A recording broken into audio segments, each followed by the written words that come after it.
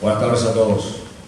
El Departamento de Estudios Históricos del Estado Mayor del Ejército les da la más cordial bienvenida a esta su casa y agradece vuestra presencia a la conferencia que dictará al licenciado Alberto del Pino, titulada Historiadores Militares, Semblanza y Aporte a la Historia Militar Nacional. Muy bien, como secretario del Instituto Orlando Noboa Trías, entonces voy a hacer una breve síntesis de lo que es el currículum del amigo licenciado Alberto del Pino Méndez.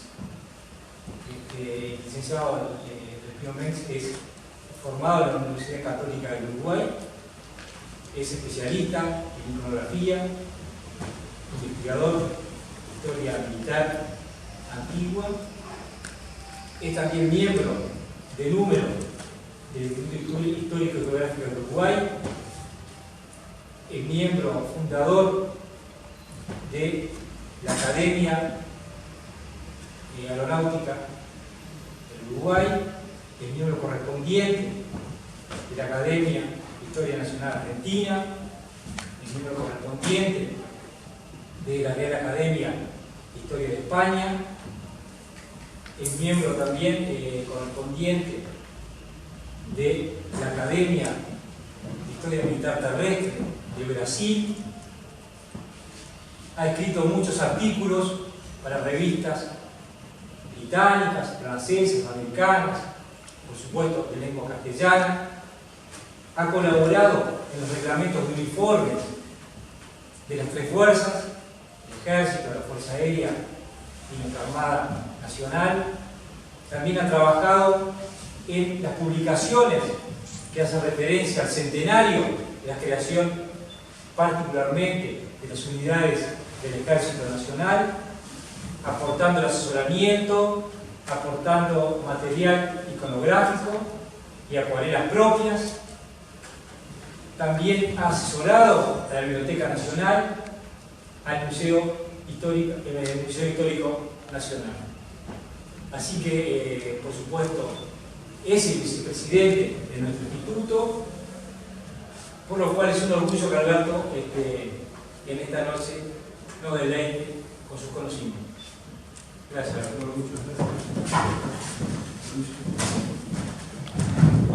Bueno, esta noche un poco propicia para salir y demás. Agradezco muchísimo la presencia nutrida, agradezco en serio que compartan con nosotros el conocimiento de... No voy a hablar de algo demasiado original. En razón de cumplirse el bicentenario del Ejército, se realizó un número especial de la revista El Soldado y colaboramos en él, y allí vertimos una primera semblanza, una primera entrega sobre esta temática. Es un tema que realmente nos apasiona, nos interesa mucho. Vamos a tratar de introducirnos en el estudio de lo que ha sido el aporte de los militares historiadores de la República Militar del Uruguay desde fines del siglo XIX hasta la primera mitad del siglo XX. Vamos a hacer un estudio muy pequeño y muy precario, porque nos faltan realmente una cantidad de documentos que nos puedan incorporar más saber sobre cuál fue la motivación que tuvieron estos señores oficiales del Ejército Nacional para compartir con nosotros todo este conocimiento, todo este saber tan importante para elaborar una historia del Ejército Nacional. También hablaremos brevemente de dos historiadores de otras dos ramas de las Fuerzas Armadas de nuestro país, de un capitán de navío y de un teniente primero aviador, fallecido recientemente, un hombre realmente extraordinario por su vocación militar y por su vocación aeronáutica y por el conocimiento cíclope. Tuvo un hombre extraordinario por esa reseña orgánica que dejó para su fuerza. Y bueno, sí.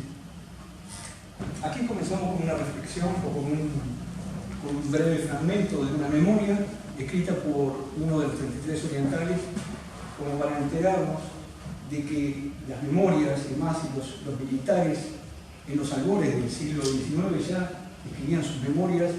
La cultura militar alcanza desde los principios de la génesis de las Fuerzas Armadas en nuestro país a todos sus integrantes. Memorialistas militares.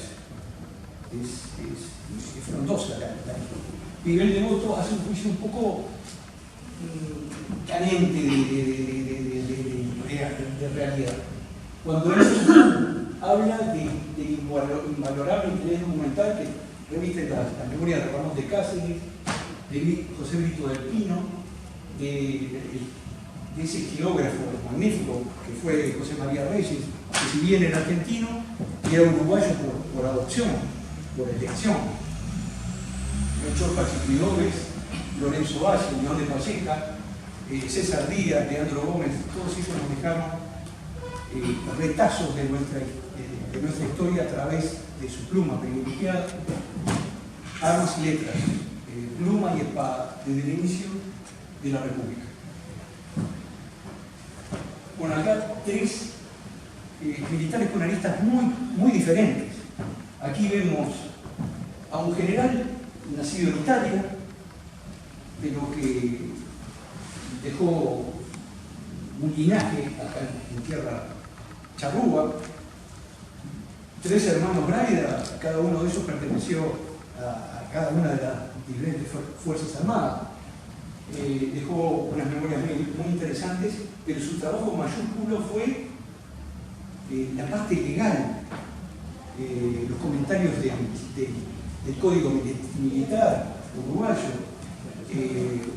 todo un libro de un código de procedimientos militares, un hombre autodidacta, un hombre realmente que se formó solo. General Cándido Rovido, desde filas también ascendido, un hombre que comenzó su vida militar en el Batallón Florida, fue a la Guerra del Paraguay, escribió sus memorias, y bueno, el general arquitecto Alfredo Campos, el más conocido sin duda de los tres. ¿Qué es lo que quiero hacer aquí? Es comparar la trayectoria de estos militares. Todos ellos nos dejaron memorias.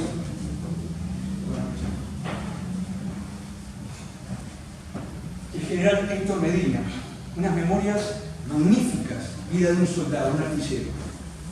Aquí les estoy presentando el inicio de esas memorias, inéditas.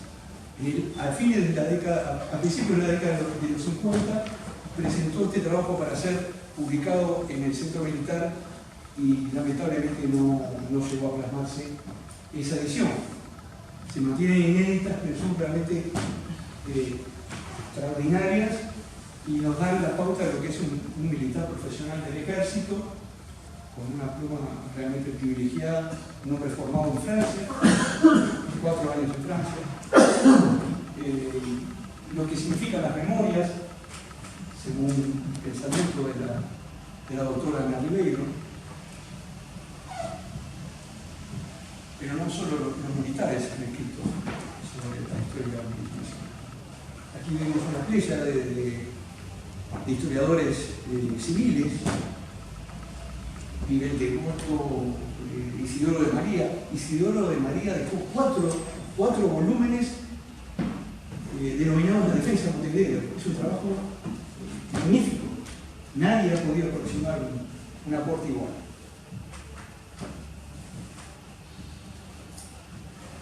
Bueno, acá quiero comparar. Arriba tenemos lo que opina Oromán Vázquez Ledesma de los historiadores civiles que han encarado penas militares. Ni lo que dice. Adolecen casi por lo general de una falla explicable consistente en la carencia de conocimientos militares bastantes para poder apreciar y discernir con cabal justicia tanto el pensamiento como el espíritu de las determinaciones de nuestro guerrero. Y esto es real, es verdad. Y abajo, un civil que a su vez habla: la guerra debiera ser terriblemente verídica. ¿Para qué exagerar los enemigos, el número de los enemigos? Arrojan honor las victorias sobre quién las consigue, si él las relata. Difícil entender reacciones de guerra por noticias de actores que se alcanzan a mí de 1000 maneras las refieren. Esto habla de los actores o los militares que participan en esas contiendas y que escriben sus relatos que no coinciden con los de sus pares.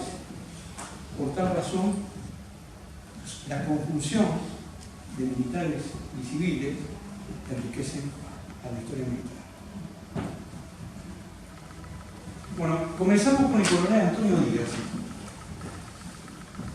Nacido en Buenos Aires, sin embargo, es una vida uruguaya.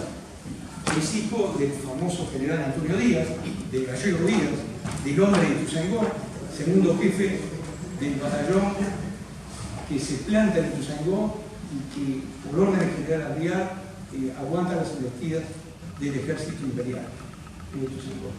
Bueno, este hombre acompaña a su padre en todas sus campañas guerreras. Brevemente, porque si no sería demasiado largo, aquí vemos toda una cantidad de datos sobre sus ascensos, casi todos en territorio nacional. Sí. En el año 80 comienza a prestar servicios en el ejército argentino, no vuelve a la República y muere en Buenos Aires a principios del siglo XX. Lo interesante de Antonio Díaz es que sus memorias, que son realmente un trabajo encomiable, son publicadas acá en Montevideo. En realidad las memorias pertenecen al padre. Él lo que hace es una historia real, ya no son memorias. Es trabajar los papeles, los documentos que atesoró su padre, el señor Antonio Díaz, y redactarlos. Hay muchos juicios sobre las memorias de Antonio Díaz. Son 13 volúmenes de un valor incuestionable para el historiador militar. Bueno, acá hay un resumen, pero muy sucinto, del contenido de cada uno de esos volúmenes, para que ustedes vean la analisis de información que comienza en la época de don Juan Manuel de Rosas y culmina en la Guerra de la Triple Alianza. Y ese último tomo es un tomo incompleto de biografías, o sea que la obra de él está inconclusa. Este militar fue también poeta, en una conferencia que dimos aquí hace muchos años, hablamos de él. Aquí este es el juicio que tiene Fernández Saldaña, un juicio que no es compartido por otros historiadores, como vemos allí. Juan Pío Devoto dice que es un almacén de noticias y documentos, o sea, es un juicio bastante pobre, ¿no?, sobre un historiador. Pero en realidad, cualquiera que haya utilizado a las memorias o a la historia de Antonio Díaz sabe que es una fuente inagotable de datos. Como ven ustedes, hay diferentes juicios, casi todos poco laboratorios. Bueno, acá vemos 3 militares que acompañaron ese ciclo de militares con vocación de escritores, en este caso museístas. Coronel Félix Echepare, profesional del arma de infantería, siendo capitán, fundó el primer museo militar de la nación. Al centro tenemos al capitán Mariano Cortés Santiago, un gran historiador militar historiador. En 1932 compite con 3 generales y buenos historiadores y gana el concurso para ser el primer director del Museo Militar en la fortaleza de las Tigres. A la derecha tenemos al capitán Eugene Camblor, un hombre de artillería. Al centro, Mariano Cortés Santiago era de ingeniero. Camblor fue un hombre que apreció mucho la parte de iconografía, que vio la bandera de la raza en el año 32. Todas las naciones de Europa, ustedes ven la barra de condecoraciones, casi todas las naciones iberoamericanas le dieron una condecoración honorífica por su labor. Un hombre diplomado en España, en el Reino de España, un hombre muy valioso para la historiografía y sobre todo para el estudio de los uniformes militares utilizados por las Fuerzas Armadas. Bueno, acá viene plasmándose algo que era muy laxo, era muy...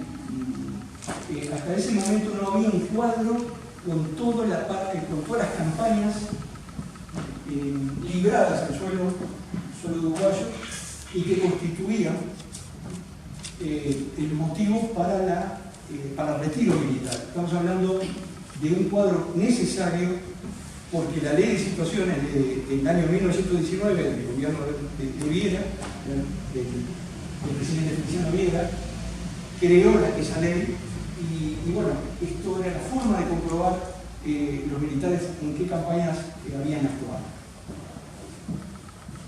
Decreto del 25 de octubre de 1927, esto es una piedra miliar para entender un marco orgánico donde empiezan a desarrollarse estos estudios de historia militar.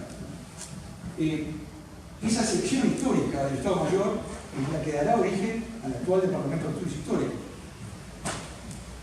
Y esos dos oficiales superiores, un general en situación de retiro, Uceda, y el coronel José Luciano Martínez, que son los que comandan esa comisión, los que lideran esa comisión, son los que principian esa labor académica dentro del ejército. Bueno, acá vemos el primer trabajo, que es una colección documental, que se está cumpliendo el centenario de la reconquista de las misiones orientales. El hombre, el general. Este trabajo es un trabajo documental, pero bastante apologético. Se ensalza la figura del vencedor de la misión. Y ese grupo de militares son los que llevan adelante ese trabajo de compilación. Un trabajo análogo efectuado en el año 30, el centenario de nuestra primera constitución. Allí vemos que se repiten las figuras de Luciano Martínez y José Ramón Uceda. José Ramón Uceda, ustedes saben, ahora lo vamos a ver más detenidamente, vamos a esbozar una semblanza del mismo, que es el autor del canto Mi Bandera. Bueno, este trabajo es un trabajo de tinte biográfico, que son las biografías de los jefes de Estado Mayor desde 1829 hasta 1930. Acá vemos a José Ramón de Uceda, es un hombre que ingresa en el año 79, un hombre ya veterano, retirado, un antiguo general. Es un hombre que realizó una labor, como vamos a ver ahora, muy importante, exhumó muchísimos papeles de archivo, y tratar con los archivos militares no era común en aquella época, no era una tarea muy propicia para un profesional del ejército que estaba ocupado de unas tareas inherentes a su jerarquía. Sin embargo, Uceda hizo mucha labor de archivo, lo cual le permitió elaborar un trabajo realmente importantísimo. Para la parte de guerra e independencia, guerra contra Brasil, es sustancial el aporte de Uceda. Y ahora vamos a ver que él mantuvo dos polémicas importantes, en especial con este señor, con Baldrich. Baldrich era un gran detractor de la presencia oriental en la guerra contra Brasil. O sea, en su trabajo, que fue realmente un trabajo meritorio, porque fue el primer trabajo de Río de la Plata relacionado con esa guerra. El primer libro que se genera en el Río de la Plata sobre la guerra de Brasil. Pero Baldrich tiene un juicio muy mezquino con respecto a los generales Rivera y Lavalle. Y él dice que Uribe era nacido en Perú. O sea que parte de un juicio errático, terrible, ¿no? Y este hombre Uceda se mune de toda clase de documentos para rebatir todo eso. Y son muy interesantes sobre eso. Lo mismo pasa con Beverina. Beverina es un hombre un gran historiador argentino, para mí el más grande de todos los historiadores argentinos. Beverina realizó una serie de historiales en los cuales quitaba protagonismo a las fuerzas orientales. Había muchas unidades del ejército republicano que estaban integradas por americanos. Las fuerzas del ejército oriental de 1825 fueron refundidas en aquel ejército republicano que comandó Alvear y que venció en Ituzaingó. Sin embargo, había unidades que estaban integradas mayoritariamente por orientales y cuyos jefes eran orientales. Por lo tanto, al César no quiere el César. Y bueno, esa tarea de revisar todas esas fuentes vertidas por los historiadores argentinos exigió ese trabajo de investigación. El general doctor Luciano Martínez, un hombre magnífico por su labor, por su desempeño, un artillero, fundador del plantel de artillería, actual grupo 1 de artillería, brigadier general Manuel de Nive, un hombre con mucho poder económico, siempre cercano, es cierto, es descendiente del general Santos, un hombre que durante la época de Terra y de Valdomir tuvo un acceso casi prohibido para muchos investigadores, pero él tenía las puertas abiertas de cualquier archivo y tenía una colección iconográfica única en el mundo. Bueno, acá lo vemos, siendo sargento mayor en un teniente y por la ley de guardias nacionales y demás, pasa a ser sargento mayor de uno de los batallones que participan en la guerra del 4. Acá vemos una fotografía de ella general, destacado publicista, escritor, colaborador en diferentes trabajos periodísticos, ilústricos de la revista Rojo y Blanco. Acá vemos un fragmento de una de las revistas, precisamente de la publicación de Rojo y Blanco, habla sobre la batalla de Yacay, una guerra. Acá a la izquierda, una fotografía que nos muestra ya teniente de artillería, oficial del plantel de artillería, aquí como general, y ahí tienen toda la obra bibliográfica de general.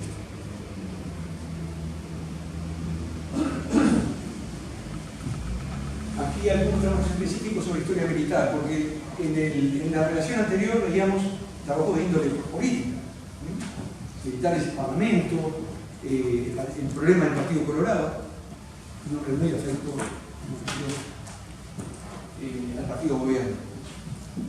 Aquí a la derecha vemos el primer folleto, la primera producción historiográfica del general Martínez. Aquí algunos libros, las portadas.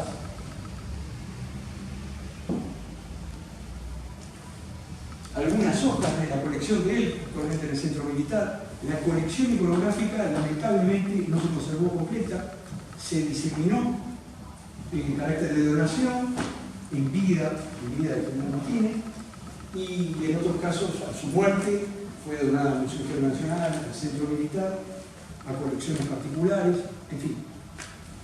Lamentablemente esa colección se atomizó, pero de vez en cuando rehacemos un catálogo que estamos haciendo para saber el paradero exacto de toda esta colección. Coronel Don Guzmán Vázquez Ledesma, un genuino investigador del pasado militar uruguayo, un hombre del arma de ingenieros, un fundador de la Orden de Ingenieros número 1, un hombre con una formación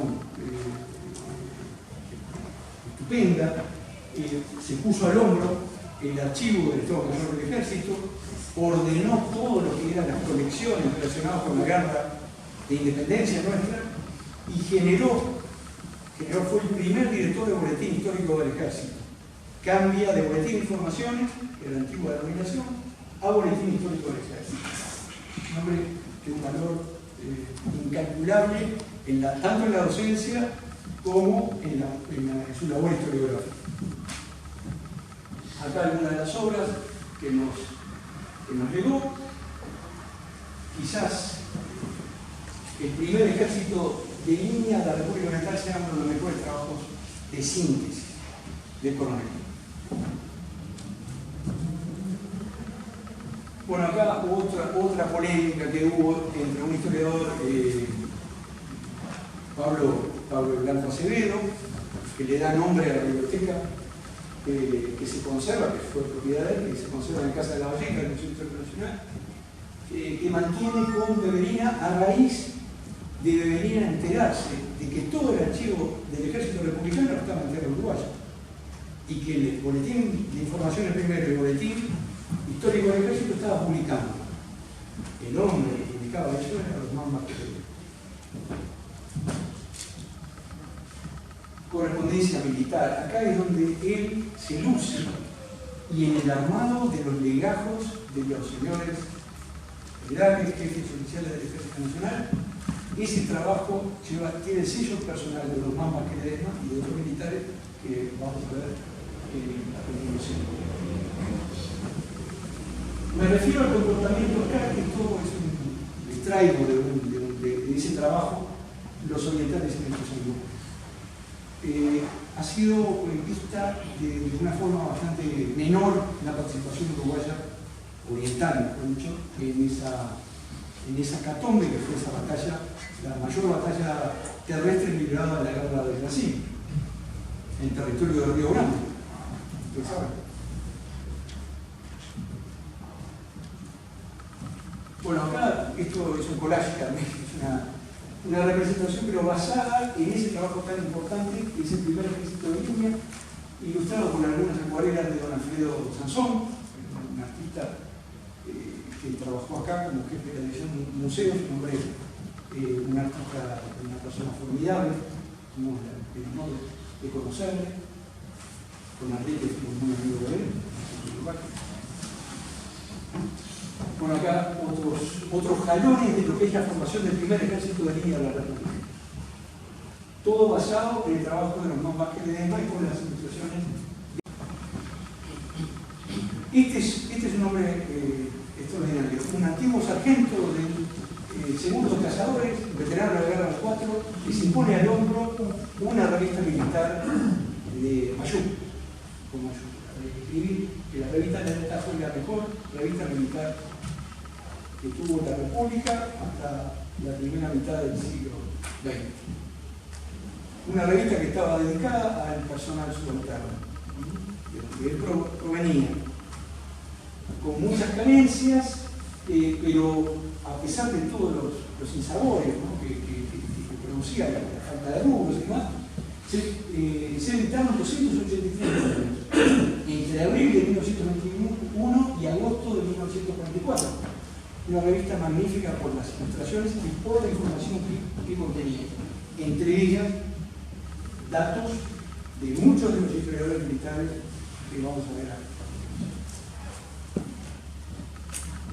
Campaña militar de 1904. Este es un trabajo enjundioso, un trabajo de síntesis, muy importante, elaborado por Enrique Rodríguez Herrero. Ya en el año 32 amenazaba con la edición, pero las dificultades económicas hacen que en julio de 1934 siga hablando de que ya está pronto para la aparición de esta obra, y ahora vemos aquí que la revista militar y naval del año 1935 habla del plan de esa publicación.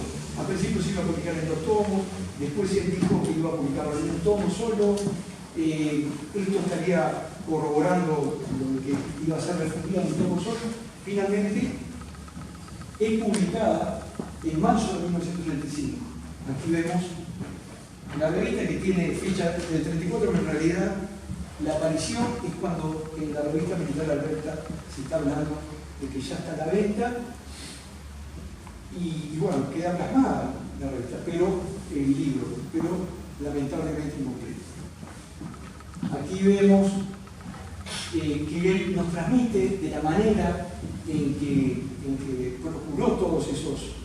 Perdón, yo estaba sin el micrófono, pero creo que se siente bien, ¿no?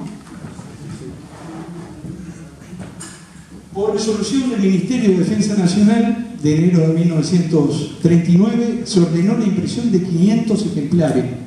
Sin embargo, nunca se llegó a ejecutar. Murió Rodríguez Herrero y lamentablemente esos originales quedaron en alguna anaquel del Ministerio de Defensa, no sabemos el paradero. Saturnino Colmán. un mayor de caballería en forma totalmente solitaria, un hombre que está cumpliendo sus, como profesional, está comandando como segundo jefe de la unidad de caballería. Sin embargo, realiza un trabajo muy encomiable. Trata sobre las piedras, Cerrito, Guayabo, campaña de 1816 y Rincón. No nos dice de dónde salen esas fuentes. No comparte eso, pero miren lo que comparte. Él quiere estimular a sus compañeros, a sus camaradas de armas, para que se sumen a esos trabajos de índole profesional militar. Y eso es lo que... Bueno, en general, Enrique Patiño. Un hombre magnífico por su labor historiográfica. Él es descendiente, viene de un linaje de militares que comienza en el sitio de Montevideo. Produce muchísimos artículos, sobre todo de índole biográfica. Los tenientes de Artigas quizás sea el más conocido de sus trabajos. Habla de Andresito, habla de Basualdo, habla de Pedro Campbell. Es fundador, para los infantes, es fundador del Batallón de Infantería 6 de San José, que en el próximo año, a principios del próximo año, cumple sus primeros 100 años de vida militar. Mariano Cortés Santiago. Si tuviéramos que elegir, que no lo vamos a hacer, si tuviéramos que elegir al militar que, dadas las condiciones en las cuales desarrolló su labor historiográfica, aportó más, diríamos que fue Mariano Cortés Santiago. Un hombre con una vocación militar, con una vocación de historiador como pocos, el quedó ciego a raíz de las pesquisas constantes que realizó a lo largo de su vida.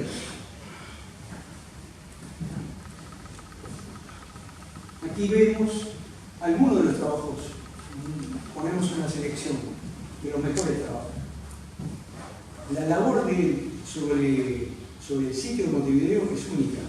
Él demuestra por qué todo ese sistema fortificado de fortificaciones resiste el embate de un ejército sitiador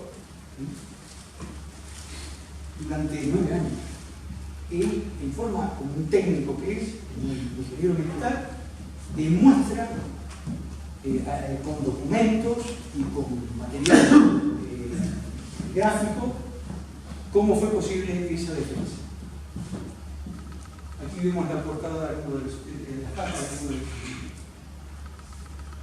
Pasa a retiro obligatorio en el año 37, siendo director del Museo Militar, el Museo de la Fortaleza General Artigas, por ceguera total. Y la resolución del Ministerio de Defensa Nacional es importante. Atento a que en el examen de este expediente resulta que el interesado sufre una afección de ambos ojos, lesión neuroretiniana que le ha producido en la actualidad una ceguera sobrevenida por las tareas asiduas de su oficina y de los trabajos de los archivos históricos. Bueno, el hombre le ha dado nombre a los institutos, al Instituto de Historia y Cultura Militar con el Ramón Artigas. Un hombre de una erudición por lejos el más erudito de todos estos militares de los cuales estamos haciendo una modestísima semblanza. Aquí algunos jalones de su vida militar. Es vastísima la producción historiográfica. No es un hombre que haya sido demasiado afecto a la historia militar nacional y yo pongo especial énfasis en ello. Por lo tanto, simplemente se ha escrito muchísimo. Hay dos trabajos muy importantes, uno del coronel Samarripa, de la artillería, y otro del licenciado Olivero, que se publicó en Armas y Letras. Hay demasiado escrito sobre laboratorias que nos permite que los estudiantes sigamos desarrollando sobre su valor como historiador. Bueno, acá vemos al coronel Pedro Sico, esto es importantísimo. ¿Por qué razón? director de la Escuela Superior de Guerra. Estos son los lineamientos que él da para sus educandos, los militares, los oficiales que realizan los cursos de Estado Mayor, y estos son los lineamientos para que ellos hagan sus monografías de historia militar. Esboza ligeramente una campaña, van a una región y en el lugar donde se libró la acción se hace un trabajo de campo y luego ellos hacen su trabajo de gabinete, los oficiales escriben sobre esa acción militar. Estos son los lineamientos.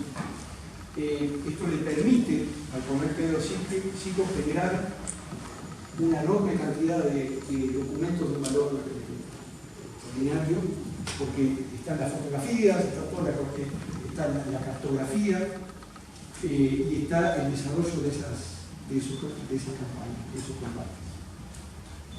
Allí está un retazo, un pedazo del prefacio donde él nos dice lo que a su juicio constituye la historia militar.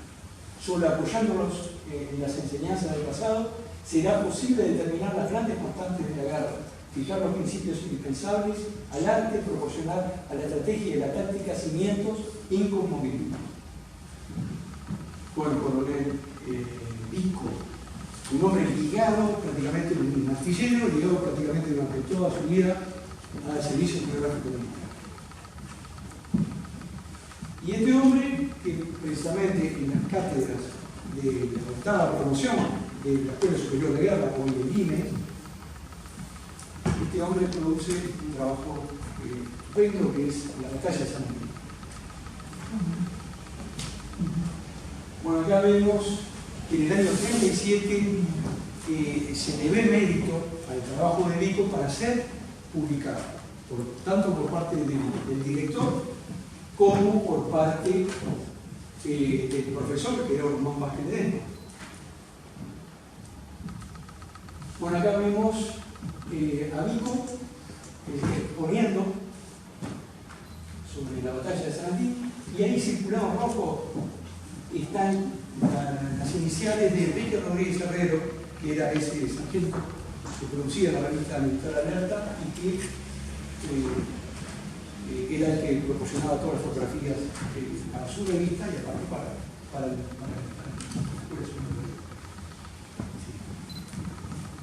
Bueno, acá las dos ediciones, la batalla de San Martín, la de la derecha, que es la que quizás conozcamos más, que se produce en el año 1975, en ocasión del centenario de los hechos históricos de 1825. Sí. Y acá las puntualizaciones de Vico respecto a qué lo motiva y cómo es que se plasma esa publicación. El trabajo en suma en los años más, o sea, el trabajo aquel en el embrión de su trabajo como alumno de la producción, y cómo él, junto con su labor profesional, emplea la foto. Cada palabra, cada juicio, cada consecuencia debía fundamentarse en el documento. Bueno, acá volvemos a ver a Sico y esta vez está exhortando al general Luciano Martínez, el coronel en aquel momento, ya retirado, para que le entregue documentación para aportar a esos cursos que él realiza en la Escuela Superior de Guerra, a su curso de historia. Y esto es lo que le contesta el futuro general Martínez. O sea que no tiene ningún problema en darle material sobre la batalla del Palmar, que es lo que le pide el Sico, solo con la condición que lo publique. Cómo se genera un bien para todos nosotros, un legado invalorable.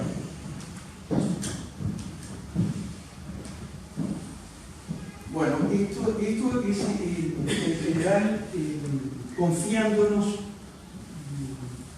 de la manera que él desarrolla, cómo trata los documentos, cómo elabora su labor historiográfica. Un hombre muy de lo apologético, de ensalzar los fastos militares del partido de gobierno, pero sin duda por la enorme cantidad de comunicación que trate de más, como historiador militar más prolífico de todo. Batalla de Palmar, esta es la tapa de ese tema. Critica mucho la inexactitud de los datos del coronel Antonio Díaz. La verdad que la crítica no es unánime con respecto a esa obra, ¿no? Esa obra que recordamos de 13 volúmenes de fines del siglo XIX. Bueno, acá otro oficial de otro de las promociones de la Escuela Superior de Guerra, un teniente coronel Victoriano Domínguez, del arma de caballería, un aviador militar, elige el mismo tema, ya munido de más materiales, y hace un trabajo estupendo. Hace un trabajo extraordinario que el superior ve mérito de ser publicado. Bueno, acá es donde él incorpora fuentes consultadas, que no era una práctica común, en trabajos de síntesis, critica duramente que tampoco era usual de ver en publicaciones anteriores. Esto es interesante porque es un abordaje muy moderno de lo que significa un trabajo de historia militar. Muy diferente a lo que se veía anteriormente. Otro militar del arma de infantería, Oscar Ibargaray, que quería ser jefe del batallón de infantería número 7, trata sobre el combate del Rincón de la Gallina. Bueno, general Julián Madriaga, un hombre vocacional de la historia, un importantísimo soporte, sobre todo sobre la historia de General Rivera. Sobre Anacleto Medina ha escrito unos trabajos interesantísimos, muy inéditos, munido de documentación que realmente, lamentablemente, no conocemos el periódico. Pero sin embargo, no podemos dudar de la veracidad de los datos que vierte a cada rato porque están avalados por fotografías de esos documentos. Bueno, acá vemos la portada de ese trabajo. Sina Fernández, coronel de artillería, un educador militar en el sentido cabal de la palabra, escribió 2 trabajos editados por el Centro Militar, que son realmente importantes. Uno es una historia del Ejército Nacional que empieza por el Ejército de Artigas, queda trunco en ese trabajo. De Potrero de Pérez a Santos Lugares, son uno de los mejores trabajos que se han escrito sobre la campaña de Santos Lugares, la que da por tierra el poder militar de Rosas, el 3 de febrero de 1851. General arquitecto Campo. Nada le fue ajeno. Fue un militar, ministro de Defensa, comandante en jefe, director de la Escuela Militar, director del IMAE, un hombre jefe de unidad, arquitecto, o sea, tanto en su faz militar como en su faz civil, fue un gran triunfador. Él escribió sus memorias, que son magníficas, Recuerdos del Baído, publicada por el Departamento de Estudios Históricos.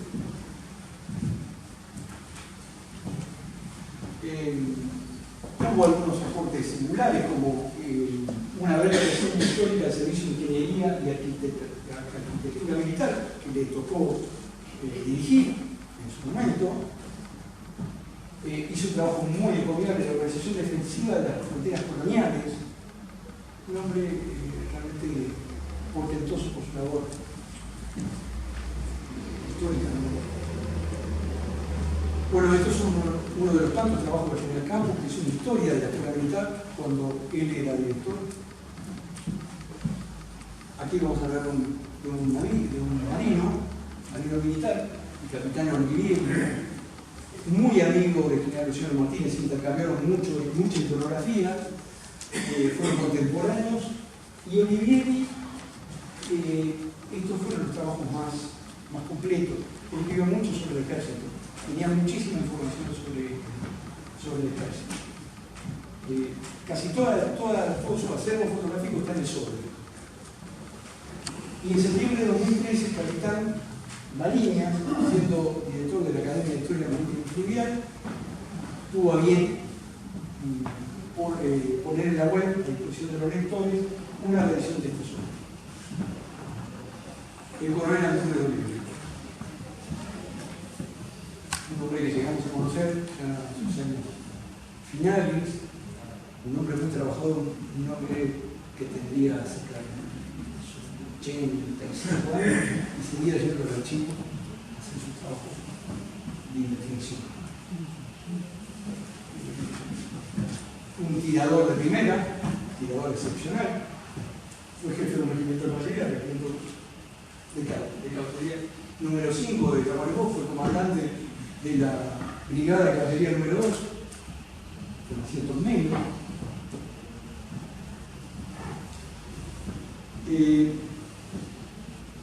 Digo, esto es muy magro lo que estamos exponiendo, sería interminable, ¿no? Vamos a reiterar en algún momento algún abordaje sobre alguno de estos historiadores militares. Batalla y Ituzaingó es uno de los trabajos del coronel Antunes. Y bueno, y este es el homenaje, es un hombre que sale de ese dique temporal que le dimos a nuestro trabajo, que culminaba en la década de los 50, del siglo XX. Este hombre fue en vida de nuestro amigo, el teniente aviador Juan Marulli Bertarreche, el historiador de la Fuerza Aérea por antonomasia, el hombre que formó parte de la comisión directiva de nuestro Instituto de Historia y Cultura Militar Escolar en Taboada Trías, y editó a su fuerza, la Fuerza Aérea Uruguaya, la historia orgánica de la fuerza hasta el año 2013, hasta el año en que él pasa a retiro. Un trabajo que ninguna Fuerza Armada, excepto la Fuerza Aérea, puede haber presentado hoy. Un trabajo de síntesis, integrador. Bueno, acá hay uno de los trabajos de la aviación militar, que son civil, de la aeronáutica, el destino de este historiador, y a eso consagró toda su vida. Aquí vemos arriba, en esa fotografía que ustedes ven a la izquierda, lo vemos con uniforme del ejército. En el momento que él recibe su sable, el presidente de la República, él es un alférez del arma de aeronáutica. En aquel momento, quinta arma del ejército nacional. Bueno, aquí lo vemos junto con dos amigos, con Enrique Urbáquez y con el capitán Paliñas, disertando o viendo terminado su disertación, en ese momento está aquí, disertando. Marulli con un gesto muy propio de él, cuando sacaba los lentes, ya muy veterano, estamos hablando del año 2014, él falleció en el año 2017, hace un año, no llega a un año de eso. Bueno, conclusión, todo tiene que terminar, tenemos más si quieren, no, las conclusiones son muy precarias y no,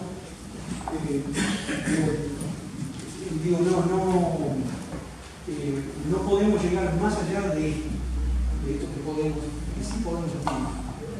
En la primera mitad del siglo XX hubo una exuberante actividad en el campo de letras, y no solo en el campo de la historia. Muchísimos historiadores fueron grandes escritores. Con incipiente desarrollo al principio en el campo de la historia militar nacional, destacándose sus máximos exponentes, que ya lo vimos, que lo fueron los futuros generales Ucera y Ucera. La creación del Museo Militar es un aliciente, es un acicate para que esta actividad se siga desarrollando con mayor ahínco, mayor énfasis. A mediados de la década de 1930 se suman aquí nombres los de coronel Román Vázquez Ledesma, que es otro de los grandes de la historia militar nacional, y el capitán Mariano Cortés Santiago. Como órganos de prensa, podemos hablar de la revista Militar Alerta, pero podemos hablar de la revista Armas de la Patria, podemos hablar de la Gaceta Militar y Naval, podemos hablar de la revista Militar y Naval, de todas esas publicaciones que sacaron en sus números muchos artículos escritos por esos militares.